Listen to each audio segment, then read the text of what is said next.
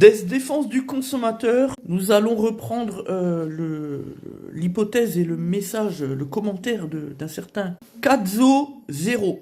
Alors, effectivement, il nous a raconté par suite de commentaires qu'il avait vécu par le biais de sa sœur une mauvaise expérience avec un centre auto nommé Noroto. On ne citera pas évidemment le centre de qui il s'agit, bref, peu importe. Ça n'a aucun intérêt dans le débat. Alors, il vient nous expliquer que lui, depuis maintenant, il fait confiance à un petit bricoleur, enfin un mécano de rue, à la sauvette comme on appelle ça. Parce que chez Noroto, nous dit-il, sa sœur, elle n'a pas pu constater effectivement les pièces qui ont été changées. Et donc il considère en cela que les pièces n'ont pas été changées. Bon, c'est pas de fin en soi, intrinsèquement, bref.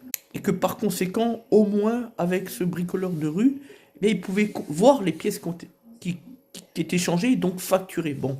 Je trouve que son hypothèse est un peu rapide et un peu hâtif. Et peu importe, c'est pas le débat. Nous, on est le premier à dézinguer les centres auto. On est bien d'accord? Bon, parce qu'on sait qu'ils ne sont pas qualifiés, c'est du bricolage, c'est un peu le mode usine, hein, on fait du chiffre d'affaires, et on prend le client, finalement, le consommateur pour un pion. Bref, peu importe. Pour autant, je peux pas accepter son discours. Parce que venir oser prétendre et dire que préférer le bricoleur dont on sait rien sur lui, à la sauvette du trottoir, pas de qualification, pas d'assurance professionnelle, pas de certification, il n'est pas une entreprise. Tout ce qu'il veut, ce bonhomme, c'est rentrer du fric dans sa poche, point, sans pouvoir rien déclarer. Sauf que ceci, ça cause la concurrence déloyale avec les réelles entreprises qui sont juste en face, juste à côté de lui. Et puis surtout, travail dissimulé, 3 ans de prison, 45 000 € d'amende. Fraude fiscale, 7 ans de prison, 375 000 € d'amende. Exercice illégal des métiers de l'automobile, à nouveau 3 ans de prison et 75 000 € d'amende. Sur l'action pénale, tout se cumule, c'est pas comme en civil, faut pas l'oublier. Donc là, on est déjà à 13 ans de prison, j'en dis pas plus, bref. Mais moi, dans ces conditions-là, je préfère aller chez Noroto.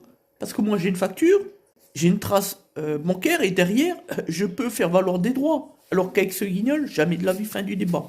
S'il fait une disserie, par mégarde ou incompétence, il cause le moindre trouble, donc une casse moteur, eh bien le client n'a plus que ses yeux pour pleurer. On est bien d'accord, hein? Parce qu'il n'y a pas de garantie, il n'y a rien, il ne se passe rien là. Et pour faire la preuve du conflit et de la relation commerciale, ça va être compliqué, on est bien d'accord. Voire même impossible. Donc on ne peut pas cautionner le travail dissimulé, le travail au noir, peu importe. Et puis, sa sœur, permettez-moi de le rappeler, elle n'a pas demandé les pièces usagées à Noroto à l'époque. Elle aurait dû le faire, c'est aussi sa responsabilité. Ce n'est pas que celle du Noroto qui peut commettre un oubli, par exemple.